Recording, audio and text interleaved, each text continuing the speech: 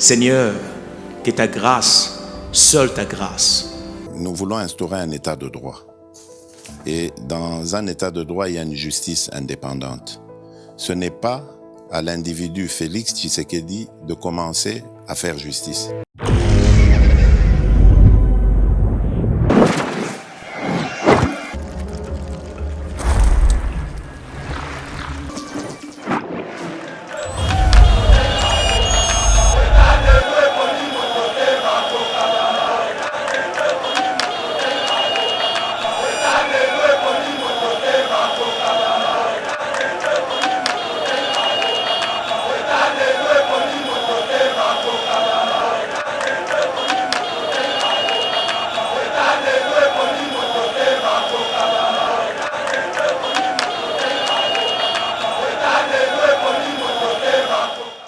Mesdames et messieurs, très heureux de vous retrouver sur Eba TV. Merci d'avoir choisi cette chaîne pour vous informer.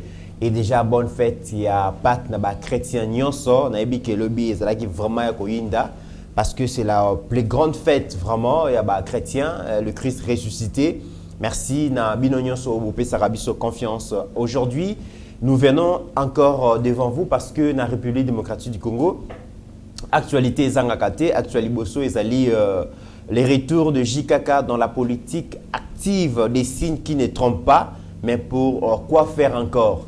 Parce que ceux qui totali Mikoleleki, 20 ans il a perdu, balobaki que non, Kabila muta président Kiango et que va organiser congrès. Tout le monde lobby samedi ben de foule na Tchangu. Tout le monde peut occuper à propos ya Remochi Bandawa lobby pour critiquer Kabila les ali malamu, mais est-ce que Fatia sali mieux que Kabila? La grande question to se poser les lots. Que cachent les bains de foule improvisés de l'ancien président Joseph Kabila après avoir géré le pays pendant plus de 18 ans? Toroyoka réponse et invité Nabiso. Torobet appelle solo, mesdames et messieurs, l'Assemblée nationale et Komikoyin de la président Bosso. Déjà 126 signatures, déjà député national, signé on peut déchoir l'Assemblée nationale, la présidence de l'Assemblée nationale, basali ko accusé balobi. Azana mauvaise conduite, il y a débat, azo kamba débat malamouté et puis azo créer des ordres dans le fonctionnement, il y a une commission, il y a un groupe parlementaire, tokomika koyoka lisolo oyo ezaliko le kana Assemblée nationale. Et puis mesdames et messieurs, boyo qui vraiment na week-end et inda ki makasi parce que makamure monchi banda ou azali bongo coordonnateur ceux qui a crise ya FCC. Wala baki ke ko comparer wala baki ke c'est bien d'accuser Joseph Kabila, mais est-ce que le président Félix a sali mieux que le président Kabila et créer maman na débat dans les réseaux sociaux? Certaines personnes pensent que comparer le pouvoir de JKK à celui de Fachi relève de la mauvaise foi.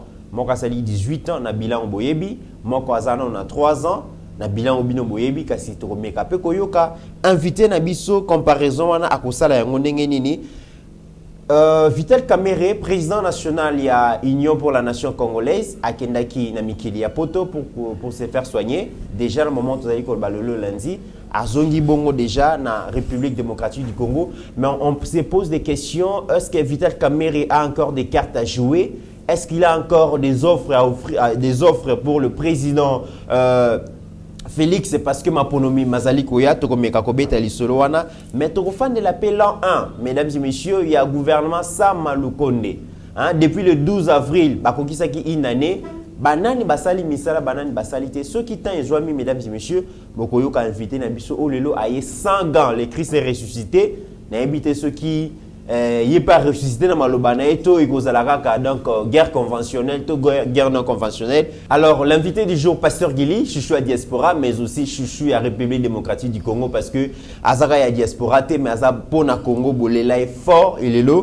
Ayepe, AP sa point de vue par rapport à Makamu Sozali Koleka, dans la République démocratique du Congo. Pasteur Guili, bonjour, bonne fête à Pâques. Merci beaucoup de committerants. Bonjour Nayo, bonjour, bonsoir. Bande konyo so bazolanda biso de partout, bonne fête de Pâques na biso ba Christo o nyonso za mon Christo puisque voilà donc c'est une fête pour na biso o vraiment ba chrétien ba pensaka dans la mort, dans la résurrection de notre Seigneur Jésus. Le maximum de respect na Bishop John Mboko ya Mama Deline na prédication ou les kanaki lobby na centre robot na armée de victoire vraiment papa parfait. Donc, Matthieu chapitre 28, du 1er au 10e verset. En tout cas, Matouy vraiment et Yokaki. Donc, que Nzamba Pambola, son serviteur, Yamboko Bisoto Benga Kaye, donc Papa Maele, Nzambe a Salelaye, Bola Mwebele. Et puis ce mercredi, on a mercredi miracle avec Bishop Paul Sylvain Chiboaboa, que ce soit le matin et le soir, Tozana Bango, puisque nous, c'est le Seigneur, et Tozotala Nenge Mbokanabiso et Zokende. Heureux anniversaire à ma petite sœur Nicole Kanza, depuis Allemagne, Yewana, des commits, à tout moment, la Kimi Balé, mais j'ai décidé que à Joa Moko, Moko Totikala Naye, Yewana, notre petite sœur Nicole Kanza, heureux anniversaire à toi, ma petite sœur, on est toujours ensemble. Nzambe asalelayo babolamu ebele et donc ndenge kaka mokili ezokende. Heureux anniversaire aussi à Mama Kati, il y a Papa Eva Lakonde, Mama Kati azana États-Unis, de la part il y a Pasteur Roger Kabongo, il y a Mama Karine, Mama Kati, heureux anniversaire à toi. Donc quand ndenge tolobaka, donc ça c'est fait. Kolo asalelayo pe ya mingi, Yeba TV, Totombelio, Mbotama Yelamu. Et le dernier, c'est mon beau-frère, Papa Narcisse Nkelani. Yande Konanga, moi, c'est Bibi Jimbi. Donc, heureux anniversaire, cinquantenaire. Au Sobeti déjà, première mi-temps, Vinayo. Deuxième mi-temps, Kola Salelo Makambo, Salagite na première mi-temps. Et Tiko Zong Kolo a accompli mission à Senamoui. Merci de comité. Merci, Pasteur Gili. En tout cas, Nicole Kanza, joyeux anniversaire. Nzambe apesa nyonso oyo. Ezangi pour que vivre vraiment plénitude ya Vinayo. Alors, Pasteur Gili, na week-end, et l'équipe tomoni vraiment vidéo, nako senga vraiment nandenge na zolo baboye, Rabi Mokoko, Azali Kolakissabiso déjà vous voyez là, c'est l'ancien président de la République démocratique du Congo, Joseph Kabila, qui s'offre un bain de foule. Vous allez comment les allez na partie est, il y a Kinshasa, donc ville-province à Kinshasa, nenge batu ba entouré, ba proche ya Joseph Kabila, bazali kobenga yango. Ben de foule improvisé, hein, il a makité et na kati wana bazali ko senga que Joseph Kabila azonga passé leki atika kimboka boyete en tout cas il sengeli azonga mais certaines personnes pensent déjà que retour à Joseph Kabila dans la vie active ezali susu ya ko démontrer parce qu'il y a des signes qui ne trompent pas. Déjà tout le monde qui na 20e anniversaire il y a PPRD yemoka président ki yango toyo poyo kapé Raymond Chibanda azali ko lobakelo ko moko ezali ko empêcher Kabila azonga na pouvoir et d'ailleurs bazali ko critiquer mais est-ce que président Félix a sali mieux que Kabila parce que quoi accuser Kabila les a problème mais est-ce que Moutou a remplacé a sali mieux et puis tout le monde ben de foule wana oyo ndeko Rabi Moko azali ko laksabino et zola qui savent vraiment que finalement Kabila bien que sénateur à vie il décide de rentrer dans la vie politique active. Pasteur Gili finalement qui cache le bain de foule improvisé d'ancien président Joseph Kabila. Ndekomit merci nayo. Nga vraiment nakolo bango jamais improvisé. Nakolo bango jamais bain de foule improvisé puisque ba image ya momo kezola kisa. OK. Ba image ya momo kezola kisa. Ndenge batu baza ko s'organiser et puis quel type ya batu o ba la kiwana. Ezomonana déjà ndekomiteran.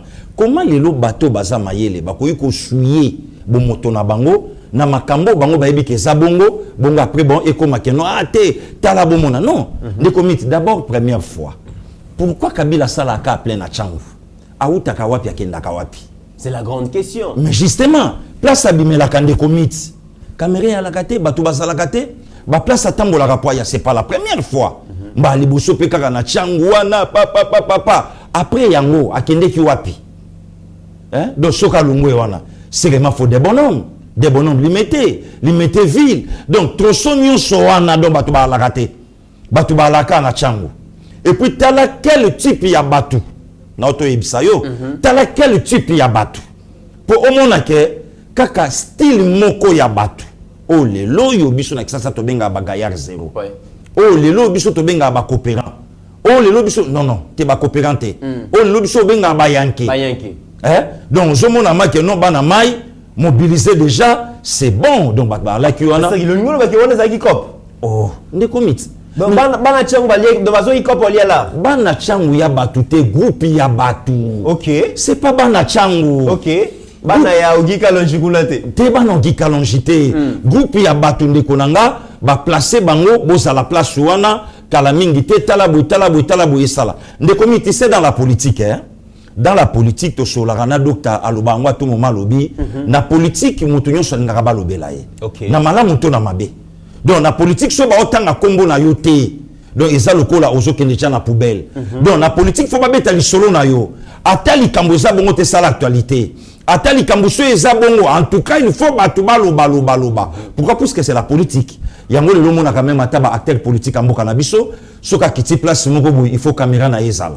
Pour la nini? Ayebi ke za image, oh il faut être cahier. Il faut être cahier. Yango mona quand même donc atana ba cabinet mso tanto kendaka, ne comité en tout cas, otika téléphone kuna. De peur que ozo image moko boy oyo et ko vendre ye mabe. Donc ndenge moko pe na sikoyo. Na yebite quel niveau y a bassesse. L'ancien président de la République. Oh, Pasteur Guili, niveau à bassesse. De comité solo là. Est-ce qu'il est le seul ancien chef de l'État au monde? Est-ce que bêtise ya bongo toko mon pas Barack Obama? Erreur monumentale à bongo toko mon pas Walter Bush? Bêtise ande ngona toko mon et pas Gbagbo? Na Côte d'Ivoire. Erreur monumentale ya ndenge wana. Tokoyi ko trouver yango et pas ya quel président. Bango balinga kozonga suna pouvoir te, mais apparemment Joseph Kabila posa ya bokonze sila te Pasteur Guili. Mais de comité là, Kabila a fait 18 ans au pouvoir. Nini oya sala kitena nini oya bosani ko sala. Peut-être ba maquette sila te, il faut si ba maquette sur la kisaba na kin. Mais de comité, tant Joseph Kabila a olo banabiso de sa propre bouche. Na fikine, na korelie Congo na baroute, na kotonga na chaque province université, na 2006, wana salika ka 5 ans, oyo bango balobayi ke a travaillé comme mandat na bien te puisque y allait na 4 à 1 plus 4. Mais de 2006 à 12 ans. 12 ans pour aya atika pouvoir. 12 ans de comité. Pourquoi batu bazolinga babosa na vérité ya likambo au place likambo zali ba wanga nango 12 ans. Na kata 12 ans, Kabila la kibiso barrage à 4 dans 36 mois. Oh 36 mois, 3 ans ya pamba. 3 ans ya pamba. Donc on 9 ans etikala ki na kati. Na 9 ans ya Kabila. Ba pesa biso dire ya travaux o basela kinga kati. Basela biso dire ya travaux o basela soki oh, ya Lubumbashi. Ah, voilà, Kachamata. Basa la biso dire à travaux, oh, basali babilo qu'on a bango nyonso. Comme ça, tu vas te comparer. Donc, Kabila avait tout le temps de committérants, il y a qu'à concrétiser Malubanaye. Parce que les joueurs à mon kaka match bien libre, soit à Libanda, soit dans le terrain ici, Mbaraté. Peut-être moi, tant que Fani Libanda comprendre que c'est la zone sur le terrain pour marquer ce go. Est-ce que Kabila a respecté la constitution? Oh, il y a le baki, il y a mon Moutaza Tatanango. Constitution Bokelobini. Ce qui réellement, il est le père de la démocratie congolaise. Pour nous, et puis même à bande combat congolaise, on va combattre Azabongote. Azane père à démocratie. Azane père à démocratie. Ah, Pasteur Guili. Mais na zolo. Une élection organisée en 2006, en 2011, en 2018. Ou on a payé les autres pays qui paternité à la démocratie. De commit, toko solo lango, yango te. Pour ceux qui yango, toko beta date c'est le 24 avril toujours comme Mangolobi. Le 24 avril 90. Toko lo bangoni. Alors, c'est le Kabila intronisé, c'est lui le père de la démocratie congolaise. Voilà les comités. Donc, Kabila avait tout le temps, Yakoubou Samboko comme il se doit. Ça, c'est un. Des comités, dans quel pays au monde, un homme politique, Abimi Sambongo, Ape Sango Batu, Akomi Star, Akomi Mwanapoto, Mwanapoto Kutumbakaba a shooté. Et l'Okonini et Zangakaye. Ne sikana Kabila Muto Mbongo autant de millions de francs congolais sur combien na yokaki nana bongisa na faire asseoir vie ya bana mibali na moni na ba la gomme na ba kilote na ba cinglé to bongisa vie na bango et permettre mutu nyonso alia na mulai ya singana ye. Kabila avait tout le temps. De commit na yebisaka ba kabiliste bien ba kabili bango ba pona place bango bazali na yebisaka bango batika ko distraire Kabila. Kabila était dans le plan de Dieu tant bien que mal ya ko bumisa mboka oyo. Kabila a pris le pouvoir au pays à 29 ans. 29 ans. Oh, biso ba jeune to que non c'est bon. OK. Mais na kata jeunesse à Kabila Arma Tungulu est parti. Na kata jeunesse à Kabila Chebe ya Fidel Bazana sont partis. Na kata jeunesse ya Kabila oya Mombelo Babumana moi c'est fin Kingike. Akenda. Na kati ya jeunesse ya pouvoir ya Kabila. Russi Chimangamu Kendi akenda. Wana nyo sono baba jeune. Ba Thérèse Kapangala bakenda. Ba Lik oya Est Touloula bakenda. Na kata jeunesse ya Daniel. Donc nous sommes moins de 50 ans. Mais biso to betela kama boko un président jeune. Oyo tungeto zanaye ba master. Ba camarade. Ba ninga. Na kati wana ndeko Mitterrand ya. Je trouve mal lelo tango batu ba moni image wana basali yango débat. Non, mais Pasteur Guili, Eza n'a habité, Mina professeur ya République démocratique du Congo, Bazali proche ya Joseph Kabila, Baroune Bazali Kotine, Naye Balobi, Yo Congo et Tondi, on a noté, c'est Ngelozong à l'issou na présidence Yamboka. Tomoni Baremo Chibanda, Babosha, beaucoup de professeurs, Bazol Baké. Constitutionnellement parlant, et le cause de empêcher Kabila les athées. De commit. Ces professeurs, ces éminents professeurs à Mboka. Il y a un problème dans Mboka na biso. Na loba qui en quelque part n'a profité pe lelo na lancé pe défi na plateau na yo. OK. Na zolu kaba élément o ezo la kisa intellectuel congolais. Donc l'intellectualisme comment to ko découvrir yango na vie à congolais. Est-ce que ça français? Est-ce que ça ba diplôme ou bien eza nini? Pour Batoubaye Baké, Congolais on de Mitterrand, il est vraiment un intello. Ba critère ezanini. Na lancé même défi nango. Et pas de konanga Christian Bosembe. Puisque le loco Bosanata a quand même un emblème. Il y a jeunesse montante, il y a Katambo Kanabiso. Voilà, oh le loi Zotambo la paix a bandi déjà ba campagne ko tambola na ba province ko sensibiliser l'intellectuel. Il y a monga parce qu'on a lancé campagne on pas de konanga Christian. Aye bisapengai. Et loko nini bako détecter, bako découvrir que Congolo azamaye le poto to ba diplôme. Je ne sais pas, ne commis. N'a évité. Donc tu as des camps. Tu as des camps. Ba détenteur y a diplôme. Oui. Na ba intellectuel. Na ba détenteur à savoir. Si ko nini zola kisa. Est-ce que bakoye ba intellectuel na le poto ou bien bakoye ba ye na diplôme? C'est ça ma question. Donc, dès qu'on a Christian Bosembe à répondre, puisque Azan a ligné ya Batouana. Si quoi critérium na yezani ni pour découvrir Batouabongo ayebisanga. Parce que ma professeur va décevoir yo Pasteur Guili. En tout cas, des comités na Congo, tu sois courage à un professeur à l'Obaké, tu sois un régime primo ministériel. Là où le premier ministre a la totalité, il y a pouvoir plus que le chef de l'État. Mais il y a un premier ministre, Azala humilié à la parlement. Mokonzambo Kakalatele na lobby dans 48 heures. Nazo bimisa komba premier ministre Moussoussou. Le vieux Sani Badibanga. Voilà. Azo sekako seka soni. Ya mutakoyi na vélo. Et le baba kinois. Ne Mitterrand naya.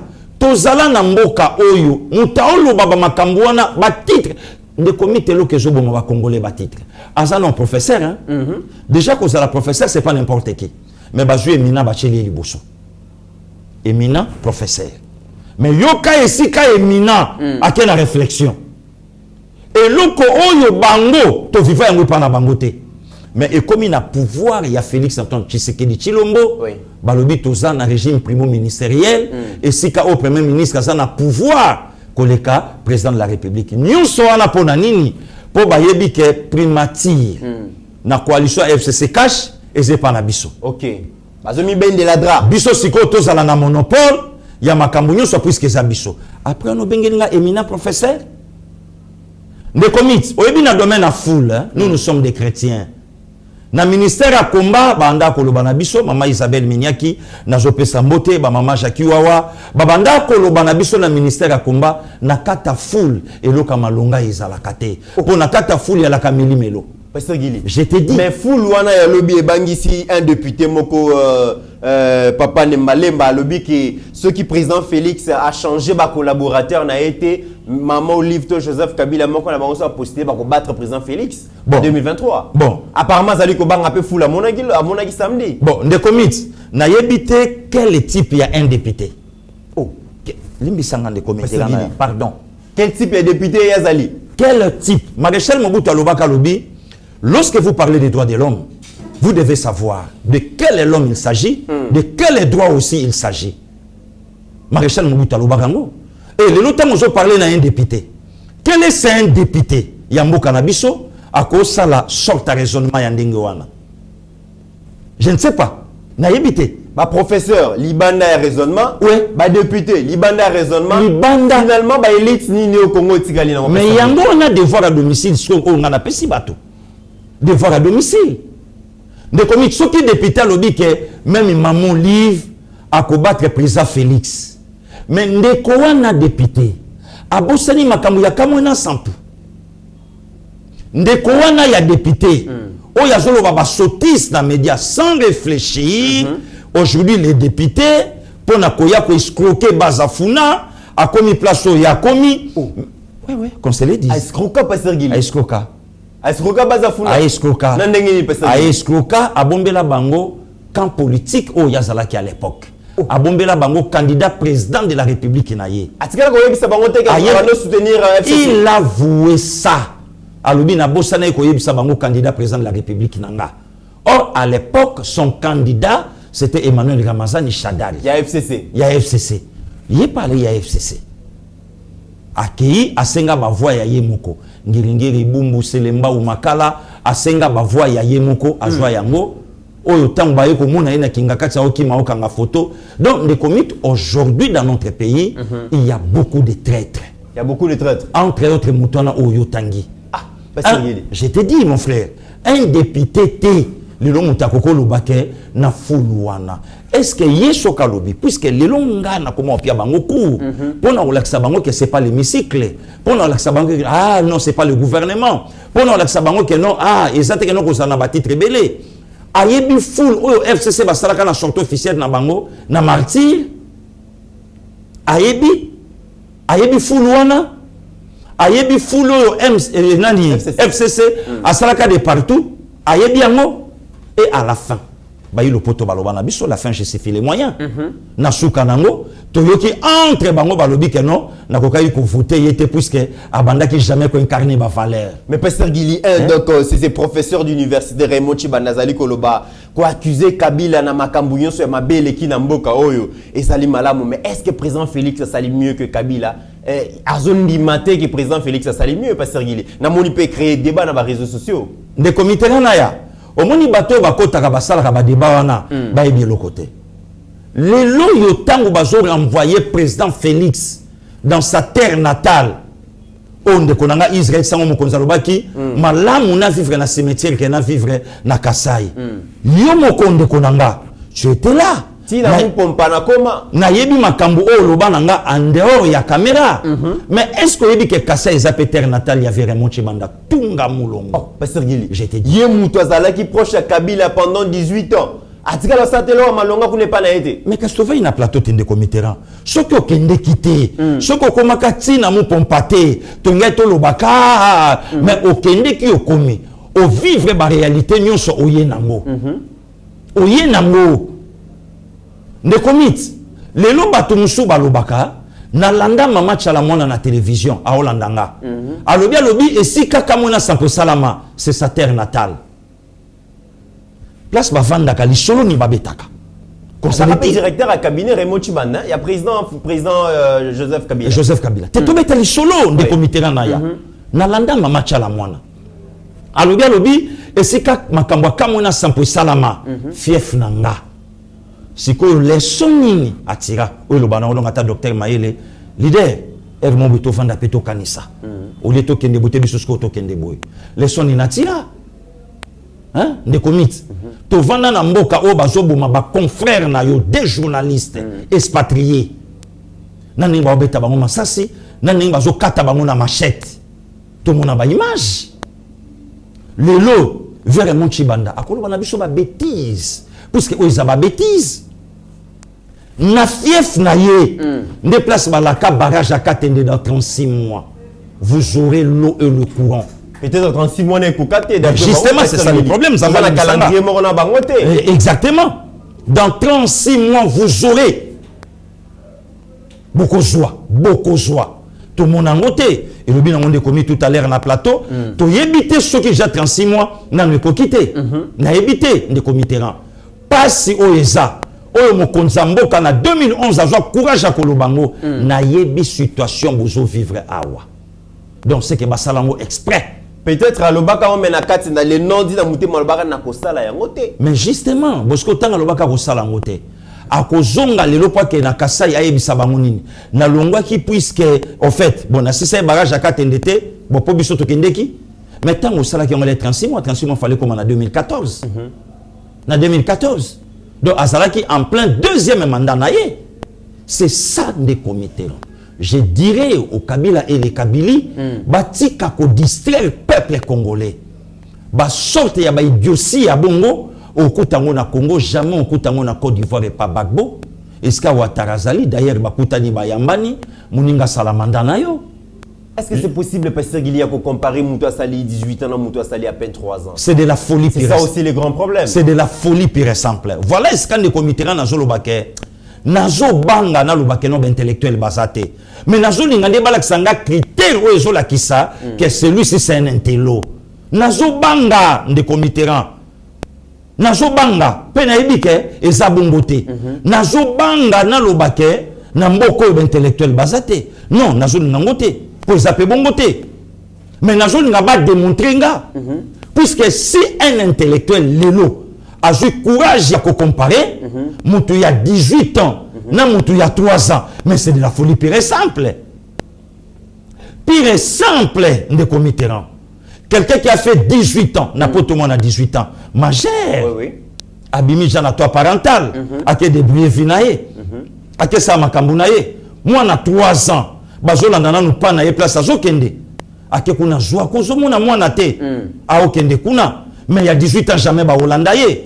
Est-ce qu'un intellectuel de son état, s'il faut le dire, est-ce qu'à quoi il makambo ya lobby? Parce que comparaison déjà va lobby qui comparait Kabila na président Félix c'est un dictateur dans le sens que déjà tout le monde en loi électorale n'est pas examiné déjà l'Assemblée nationale. Bango basengi dialogue, to trouver consensus, to fanda to solo là, to trouver ba compromis. N'est Kabila mais ça n'a pas dialogue, dialogue, concertation et tout ça. Mais ba lobby na régime à président Félix, balingi dialogue. Alors qu'un démocrate, c'est un dialogue et ça, les mapas sérieux. Des comités, on a dit ce qu'on ne vient pas. Tout le monde appelle Ibanda, le long de Kolanga, tout le peuple a Senganini. Oh, il y a Félix, c'est quoi? Peuple a Sengani? Oui, Nazo Yoka Soni Lelo, PPRD, na FCC, Babetali Solo, il y a dialogue. Nazo Yoka Soni Lelo, Monseigneur, allo Bali Solo, il y a dialogue sans partage. Il y a poste, c'est du n'importe quoi. Les locaux qui ont monoko ya tate puisque pour choler. D'abord un des comités. Tous on a 2006 puisque tout le monde commence à deuxième mi-temps. Il faut ba armes non conventionnelles bandasko ko bimaka. J'étais dit remonter sur le temps tous on a 2006. Tous on a 2006. Qu'est-ce qui s'est passé Pasteur Yeli? Nazoya ndeko nanga mit na mutuna na yo. Na 2006 tolongwa awa tokenda Sun City. Ngana yo tozu grâce à comme Sun City. Bazomboka ba mema na Sun City pour un dialogue avant élection. Vrai ou faux? Vrai. Après élection, il y a 2006. Ça a coûté la vie à milliers de Congolais. Et précisément, dans mon vieux Igo Tanzambi Kwele Kwele. Kinshasa comme un champ de bataille. Champ de bataille. Dans le bien après dialogue. Wana ba isolé papa Etienne Tshisekedi Ouamulumba. Le père biologique. Il y a actuel chef de l'État. C'était l'IDPS qui était au pouvoir ou bien c'était de la dictature pure et simple. Mais ça c'est bête de comité ngana yo to boujate. Bato ba kufa na Kinshasa comme pas possible. Bilan ba pesa bisoté. C'est à l'occasion de quoi? Il y a dialogue. Or on croyait que ndenge ba sali makamunyo so ba sali ba partage des postes donc makambo le kanango bien. OK rien. Des comités. Toye na 2018. Dialogue à Bassango. Est-ce qu'aujourd'hui, un évêque le quoi Cholé, a quoi que le cas abetali solo y a dialogue? après dialogue il y a Senko il y a Basango oyo kutu ndeko mit et ça m'a peine enclos na bango na centre diocésain dit n'importe quoi même na sango donc azo beta munoko ba pareil na bino euta wapi tout le monde a ba vidéo de commit après dialogue ya ba mupe o to kanisa ke nyonso ko likana boboto bondeko oui likamba vérité des bimi après dialogue ya ba sango et créa ennemi ti lelo. Donc pasteur Gilungo le bagement qui ba dialogue nyonso et les qui na Congo c'est soldé kaka na ba désordre. Mais et puis c'était au profit ya Kabila na Batunaï. Mais justement de commit na betela so bande ko lisolo to kenda na dialogue ba congolais lo batuna ka sensa et sala kanini sensa ah parce que vous rappelez ngai et ça mutu mo ali ka monga l'état mais ça la gelo côté au félé si le lazana si le lo pourquoi puisque il y a pas aussi une loi ou essaie bimi ou bien toquer na dialogue monter pour na kobuka cet organe là appuie à la démocratie voilà voilà ne comité na ya si le lo rien mais mbongo wana ebimaka pour la nini bakendaka na partage à gâteau allez bato balia bambongo na bango ti lelo ba na bango à l'aise tranquille de comité na ya baza na basebele de comité dialogue et zo profiter na ba politicien et comme le quoi et le komoko tournante to kabola mapa bon il y a bino pe bodame boboko tsape biso na tour mikolo biso pe mo mpiaka boboko tsape biso na mo cop ah mit tenter nan comme ça to créer le komoko boyer et permettre bino bokota oh au moment où tout ça la concertation, tout ça la débat autour de la loi électorale na biso. Comment les lois botoko réglango.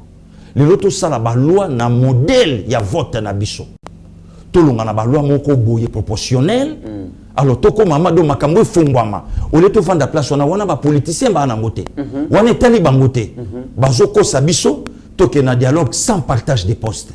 Non, c'est du n'importe quoi. Mais comparaison, monsieur pasteur Gili Basali Kolobake, bango batiki mboka même mboka izwami na ba jouisseur, ba profiteur, ba lobi bato basali ko gérer les lois ezali bato ba ye ko voit ma bango moko, mais peuple azali banda, peuple d'abord et comme il ventre d'abord. C'est comme si apparemment FCC va ko gérer pour un peuple. Yango ba lobi ki le lobe président Félix na ba collaborateur na ba gérer pour un peuple té pasteur Gili. Ndeko Mitterrand ya. Toyoki soni mingi. Avion ya mboka ekenda Espagne na réparation. Avion sali 6 ans. Il fallait faire soit pouvoir ba démarcher salama avion songa na mboka. Mais batiki avion te. Pe ba kosi biso ke ba somba ba avion to monite nzo kele ba avion nyongo. Ba kosi peuple. Voilà ya location. Ndeko mit lelo FC so betali sola peuple. Gosechi mangazanani. Lelo FC Sasobeta lisolo ya peuple. Daniel Botet iloleke nani. Lelo FC Sasobeta lisolo ya peuple. Arma Tungulu nani. Lelo FC Sasobeta lisolo ya peuple. Marius Gangale. Ya nanga ko meki toko place ba vanda kana ba Dr Dieudonné, ba PDG Paul, eska ba vanda ka ba commandant Olivier Cheya Guillaume Yonga. Ba nga koyoka ngadi jamais na beta lisolo yo. FCC lelo abeta lisolo ya peuple. Rick Touloula nani FCC beta lisolo ya peuple bande konanga ya kamwena sampu banyama to ba peuple FCC beta lisolo ya peuple espace est bato ba kufi pendant 18 ans banzete bibwele to batu FCC beta lisolo ya peuple to vanda kana Laurent Désiré to ka lisolo kuluna te ko kufa Laurent Désiré kuluna ebotami e kuluna na banani. Lelo FCC confanda afio to la monoko ke non te biso to peuple témoin bazole la cour babi justice c'est comme instrumentalisé na période de Fachi balobi justice c'est comme na poche ya président Félix na batunaye donc justice a indépendance c'était pasteur Gili est-ce que na 18 ans ya Kabila justice c'est indépendante ne commit soko tali muto nyon soit détecta ka bato songi c'est lui les vrais songueurs ah bon nazo ebisayo ah bon ne commit toko li bandate soko yoki muto de bavanda ki ande na mone banda obeta yende mutasala kango puisque Bible lobi on vous mesurera de la manière dont vous mesurez les autres donc makambo c'est ça zo kanise la fachi régime ya ba jusseur nde ya bango ne komit na betela bandeko nyonso lelo baolanda na yo likambo ya rétro commission toyoka banani basuflaka yango et alaka FCC donc ezalaka déjà cop moko boye bango nde bato babandaka kobeta yango avant ndenge toyokaki directeur ya cabinet ya kala a soufflé directeur ya cabinet ya sika toyoka yango que situation moko ebimaka mayele tout ça boye na boye oyo bango babandaka kozwa paka peuple ezalaka wapi oh lelo bakokoloba ke non en tout cas toujours peuple témoin bon lelo justice est commis ce qui est commis quelle justice lelo bakobeta lisolo aner à Calais lelo to comparer on a aner ya papa Mbelu un peu de respect s'il te plaît de comité ranaya lelo bakobeta lisolo justice qui aner batu bazobima ceux qui okei kuna ozana raison de combien de proches ya chef de l'état actuel ba interpeller bango na aner pe ba auditionner bango bana ba innocent pe ba libérer bango na 18 ans est-ce que ba interpeller pe ba ministre to na ba cadre mususu de commit combien de cachot ya kuku ezalaka na mboko boluki mutu na mboka bandako bato ezalaka cachot oh mais nazo bazali moi bandako ya bato boluki mutu na ba cachot na ba prison auto yebi asate azala cachot na kati ya ndako ya mutu wana na 18 ans na 18 ans to yebi yango Kabila bazonga po babosana iko boma biso babiso bagili oyo est-ce que bandeko baotala bazokanisa lelo Kabila azonga na pouvoir po abosana kini babi même ba marché comme un problème pasteur Gili nous avons eu comme marché na mboka o était qui Martin Fayulu so na boyene ba pimelie marche à marcheté na kin awa ba même comme marché comme un problème pasteur Gili na 18 ans na habité zala ndenge nini de commit marche mais yoki mamba na Saint-Dominique Mama Santa Maria babamba ina Samabele est-ce que ndeko Rabi hein donc moi 2 minutes tozonga na mwasi ma total vraiment total marche à serré à 18 ans total so les gars ndenge ni pesa biso extrait wana siko ndeko mit tala église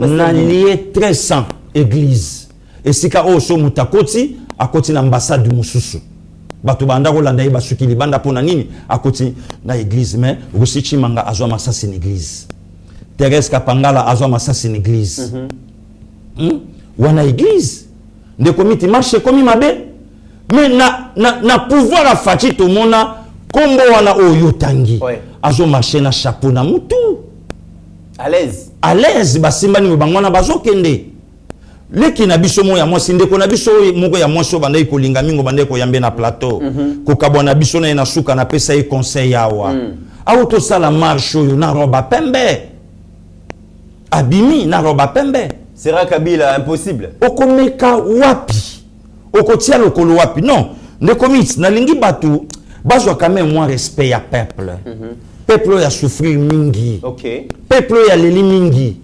Peuple a commis kozwa moi sourire. Kelelo moi makambu ebandi kokoma ata moi malunga.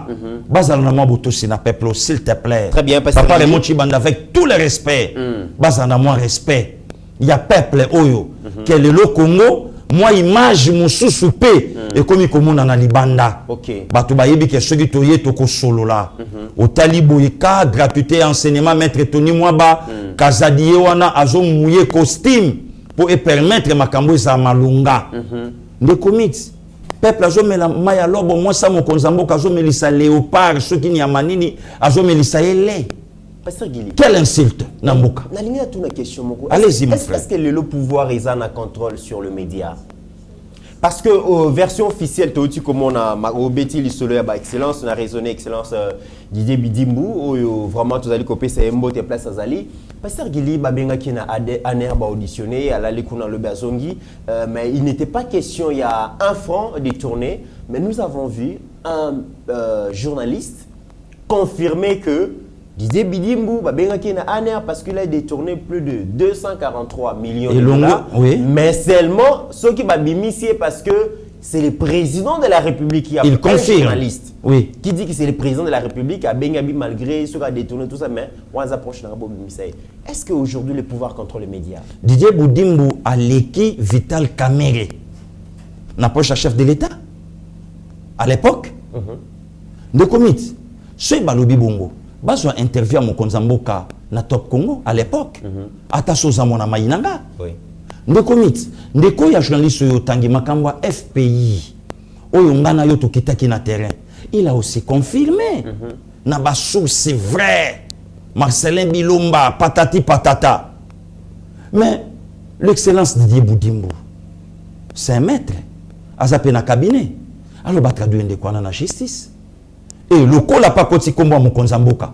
Car c'est le président de la République qui après ça qui instruction à ANER qui a beau libérer. Donc cela prouve qu'il y a 243 millions bouffés par l'excellence Didier Bidimbu. Alors, bah partager avec un couple présidentiel. Alors, ceux qui sont en été, n'a passé Guinée Rosala, d'accord, il faut pas traduire une décoration journaliste dans la justice. Très bien. Puisque moi, respect et kotakapé. Très bien. Dans les médias. Pasteur Gili, Kamere a regagné le pays aujourd'hui, jeudi, après un séjour dans Europe, place où il y a une consommation appropriée parce que santé dérangeait qui. Kamere Azozonga, mais Azongina, une très bonne nouvelle parce que l'annulation il y a peine à 13 ans. Mais toujours qu'il y a une élection, pensez-vous que Kamere a encore une carte à jouer auprès du président? Non, jusqu'ici, pas encore, les comités Ranaya. Kamere n'est pas acquitté. Kamere a l'acquis détenu. À l'équipe, dans le premier jugement, juillet 20, Baké appelle à juillet 13. Au moment où nous parlons, Kamere est prévenu.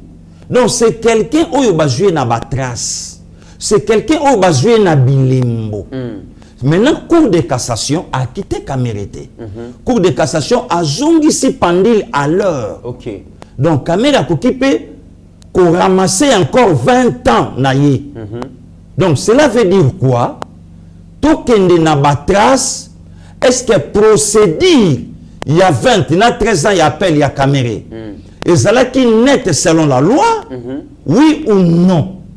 Mais selon Bango Moko Batouami Beko, Bamonike et cela qui m'a bongoté, pourquoi? Puisque Moutoua Kende qui on dirait, sans dernière invitation, directement Bamapéake. Parfois la procédure, et cela qui est respecté.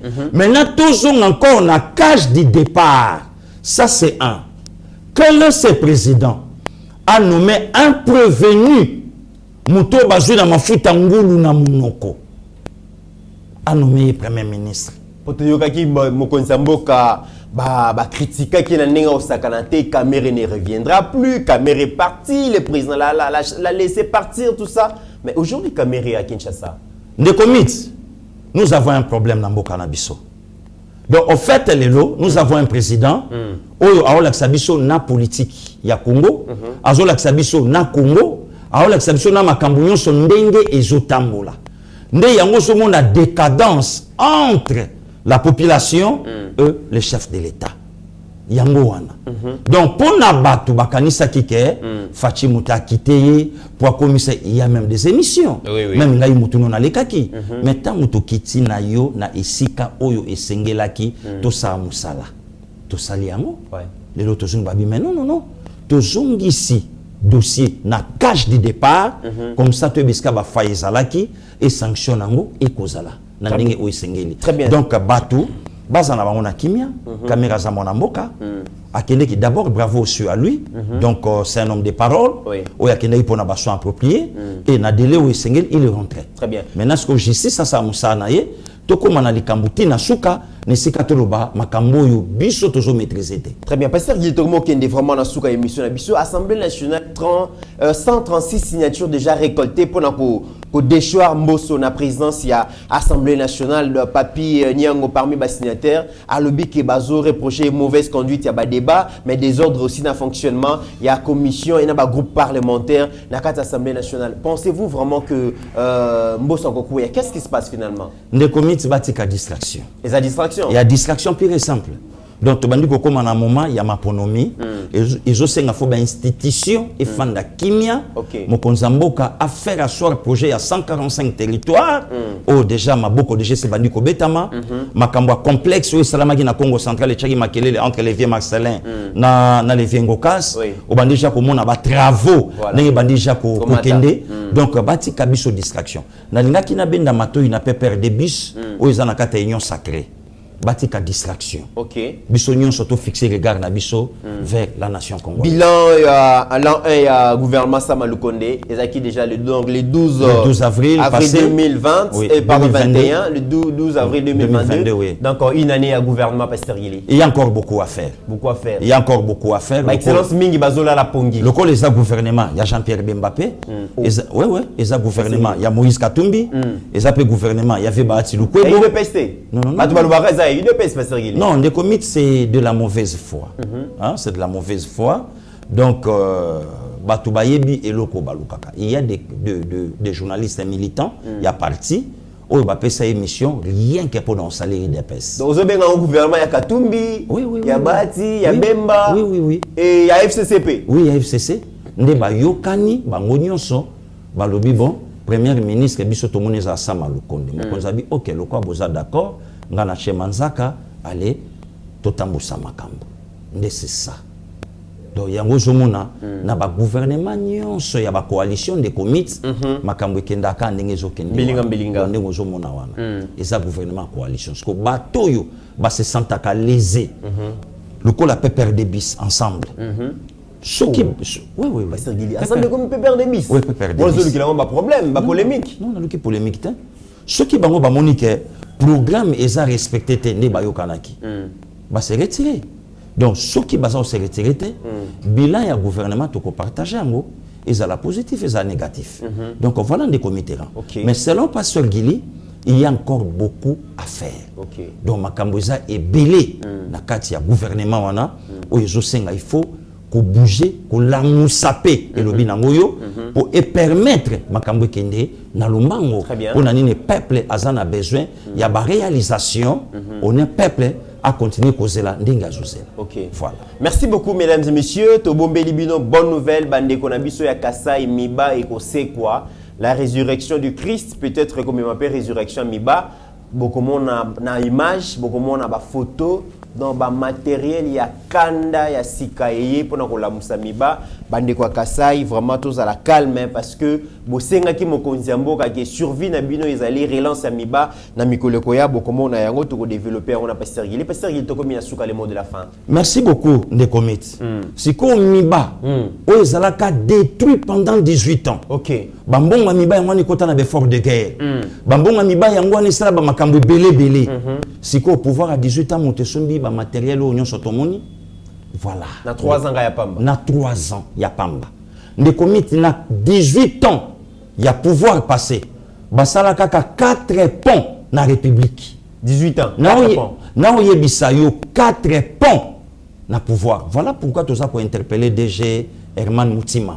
Il y a office de route. Voilà. Donc tout ça na pour ça il y a ba image. Donc bureau nyonso bozolanda biso ne bolanda kabiso. Bon, ezaba papa Joseph et maître Olivier malgré ba corps to continuer ka causer là et yango on attend ni peut tout travailler ka ngi média po bazo ya bino ba close to sali bino so retour na bino na média bo sala ngote donc fallait quand même to interpeller DG il se peut koyebi que ba close au fils de Ruta Salaki na Yeba TV, jusqu'à la preuve du contraire, ils en ont respecté. Voilà. Ils ont mal monté parce que. Donc, ils ont bien été.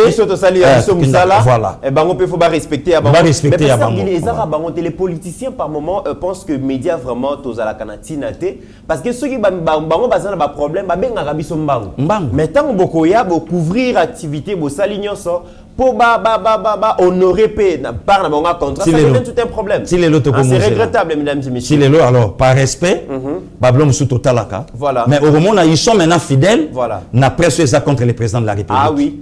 Ah donc, bah, on a baza fidèle na journaliste baza contre les chefs de l'État. Ba critique kate. Ba fingaka. Mais on remarque bango na ba cabinet, il y a ba ministre au Mokonzambo Kassina pour Folana za la ministre. Nous sommes très bien informés. Voilà. Donc voilà, des comités. Salutations à eux depuis Cape Town, Papa Mike ya Mama Joyce. Ah, Papa Mike, merci. Donc en tout cas, balobi nanga na pesa yo mbote. Papa Mike, Mama Joyce. Mama Joyce donc bango ba na Cape, ba Papa Patrick Kabangu, bazakuna, ba Papi Chimanga, bazana Cape, bandeko Justin, bazana Cape donc balandi na biso.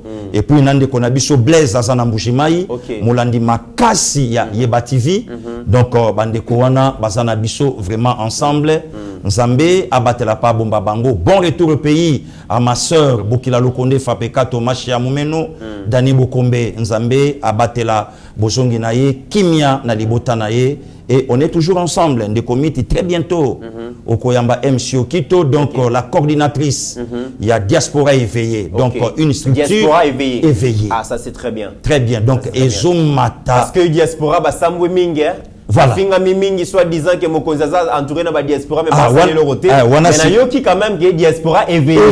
Les Diaspora et Diaspora. Voilà. Diaspora au Monsieur Fungwami. Au Monsieur Fungwami. Et puis coordonnatrice Nabango, Azawa Pina plus 1, États-Unis d'Amérique. Donc, Yemoko Mutaboya maintenant pour expliquer. Mais déjà, Komona Yango, Koyoka Yango, Kotala. Batoyo bazana ceinture wana ba Jean-Louis Chimbalanga un écrivain comme pas possible donc Moutazan en France mais son esprit est en Congo donc ajo koma makambo Congo ndira la mukakiawa Masakuna bazawana ba mama dona bazana France les États-Unis ba papa Thierry Kambamba ba Charma Tonkole ba papa Freddy Musangu ba donc bato nyonso bazakuna ba maman Véro Lukama et ba Amelia Kimbimbi donc oso sentir que diaspora éveillée comme pas possible sous brassard il y a Marie-Cécile Okito. Mesdames et messieurs, tu comme la souka émission, mais pasteur Gili, il y a diaspora éveillé au Marie-Cécile Okito Zelo yambaye na plateau. Parce que Mituna ezali. Zelo yambaye. Parce que l'Ikambo est allé diaspora à Marie-Cécile Okito. Et puis, il y a dénomination diaspora éveillée. En tout cas, il faut convaincre. Donc, en tout cas, vous allez diaspora éveillée. Donc, Boza Bokechute, Boza Baodonanité, Boza éveillé. Donc, en tout cas, la question est allée. Je me ferai vraiment l'honneur et à Koyambaye, parce que déjà, tant que le diaspora éveillé, je me pose beaucoup de questions. C'est très important. Et na causé là vraiment, on a impatient. Ya Koyamba Marie-Cécile Okito pour na beta l'isolo ya diaspora éveillé. Mesdames et messieurs, nous sommes arrivés à la fin de cette émission. Merci Nabinonio, vous allez soutenir, vous allez partager ma vidéo Nabiso, vous allez liker, vous allez commenter, vous allez faire ma suggestion, mais aussi vous allez copier sa biso. Bah feedback ya on nous allez ça comme ça là tolingi binomingi bo continuer à s'abonner. Mesdames et messieurs, to comme la souka émission, n'oublions jamais que la RDC est plus grande que la somme de nos ambitions individuelles. En attendant, portez-vous bien car chaque jour est une vie. OK. Seigneur, que ta grâce, seule ta grâce. Nous voulons instaurer un état de droit. Et dans un état de droit, il y a une justice indépendante.